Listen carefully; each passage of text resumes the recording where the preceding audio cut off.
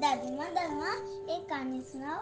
मुझे भी सुनाओ ना। आपने भी सुननी है? हाँ जी। चलो हम आपको कहानी सुनाते हैं। एक छोटा सा बच्चा था।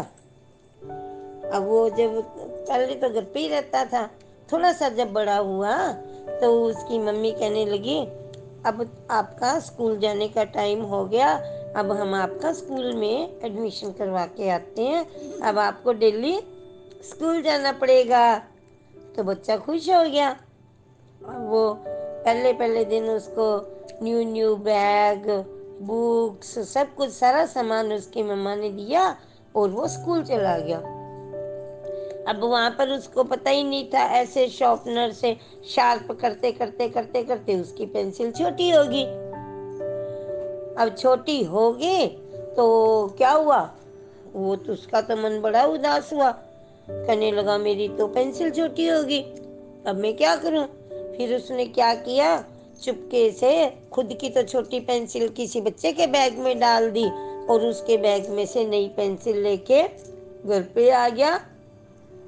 अब क्या हुआ, उसकी मम्मी ने देखा, भाई ये तो इसकी पेंसिल नहीं है, ये बड़ी पेंसिल कहाँ से लेके आया। पर उसकी मम्मी ने देख तो लिया, परंतु उसको कहा कुछ भी नहीं। उसने ये नहीं कहा, भी बच्चे तेरे को ऐसा काम नहीं करना चाहिए था, जो आपको मैंने पेंसिल दी थी वो पेंसिल कहाँ पर है। अब तो उस बच्चे को क्या होया, दूसरे दिन फिर स्कूल गया। दूसरे दिन स्कूल गया तो कल तो वो पेंसिल लेके आया था, आज किसी की बुक लेके आ गया। दूसरे दिन किसी का शॉर्पनर लेके आ गया। ऐसे करते करते वो बच्चों का सामान ले लेता और बच्चे उसको कुछ भी नहीं करते, वो बेचारे रो रा के रह जाते। अपनी टीचर को भी बताते, हमारा सामान गुम हो गया, कौन ले गया कौन ले गया। जब चेकिंग करते तो पता ही नहीं लगता किसके बैग में सामान है, वो सामान को छुपा देता था। अब तो ऐसे करते करते वो बड़ा हो गया।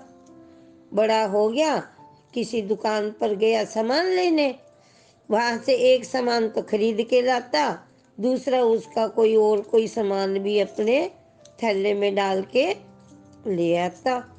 अब उसकी मम्मी ने देखा, मैंने तो इसको पैसे तो थोड़े दिए थे और ये तो सामान ज़्यादा पैसों का लेके आया।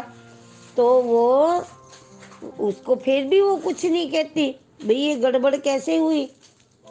अब करते करते धीरे धीरे वो लड़का चोरियां करने लग गया। लगता है वो चोरी होएगा ना। हाँ, वो चोर बन गया। वो चोर बन गया तो वो ये ऐसे करते करते वो कभी कहीं मंदिर में चोरी करता, कभी कहीं चोरी करता। एक दिन वो उसने और भी साथी बना लिए, एक गिरोह बना लिया, ग्रुप बना लिया। अब क्या हुआ, उसके अंदर इतनी भयंकर उसने वारदात शुरू कर दी कि सभी उससे बहुत परेशान हो गए। पुलिस भी उसको ढूंढती रह गई। अब भी पकड़ा जाए तो उसको सजा मिले, पर पकड़े कैसे, रंगों हाथों पकड़ना होता है, कोई सबूत भी तो होना चाहिए भी इसने चोरी की है। तो उसने अब उसको पुलिस उसके पीछे पीछे थी।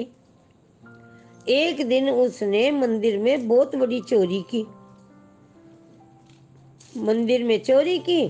तो वहां पर चोरी करते करते वो उसको पुलिस ने पकड़ लिया। पकड़ लिया तो उसको सजा हुई, जेल ले गए। अब जेल ले गए तो जब उसको उसकी मैं खूब धुनाई करी, खूब पिटाई करी, तो वो कहने लगा तुम मेरे को इतना क्यों मार रहे हो। कहते तू चोरियां क्यों करता है, तू डाकू क्यों बढ़िया, बता हमारे को। तो वो कहता है अब तो तेरे को सजा होगी, बहुत बड़ी सजा होगी। वो बोले, क्या जज साहब पहले मेरी बात सुनो, पहले मेरी मम्मी को बुला के लेके आओ। तो वो कहता है अच्छा, कहते हैं हाँ। फिर उसकी मम्मी को बुलाया, उसकी मम्मी आई तो कहते हैं भी हाँ बताओ क्या बात है, अब बोल, अब तेरे को तो फांसी की सजा होगी, तेने इतने कत्ल करे, इतनी चोरियां की हैं, तो जो आखिरी इच्छा है बोल। कहते मेरी जगह तो मेरी मम्मी को सजा मिलनी चाहिए। कहते क्यों? कहते पहले दिन जब मैं पेंसिल चोरी करके लेके आया था तो मेरी मम्मी ने मेरे को डांटा क्यों नहीं, मेरे को मारा क्यों नहीं? ये गलती मेरी नहीं है, ये तो मेरी मम्मी की गलती है।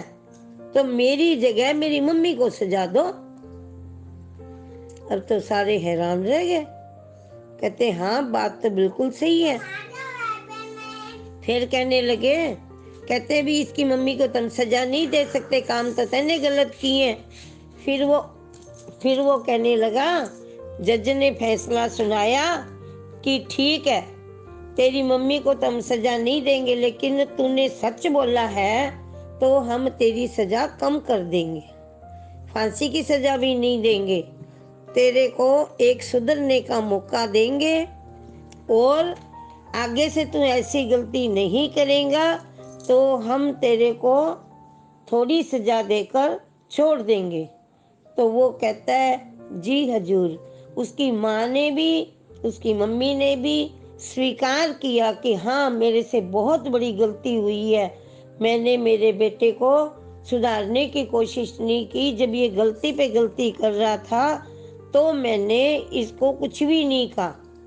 मैंने सोचा थोड़े पैसों में ज़्यादा सामान लेके आता है, मैंने सोचा भी इसके पास मेरे को पैसे नहीं खर्च करने पड़ेंगे, ये अपना सामान खुद लेके आता है, मेरे को ऐसा नहीं सोचना चाहिए था।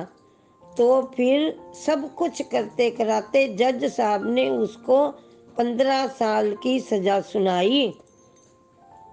अब तो वो बूढ़ा हो गया था। जब वो सजा पार करके बाहर आया तो उसकी मम्मी भी मर चुकी थी, लेकिन उसके बड़े बच्चे हुए।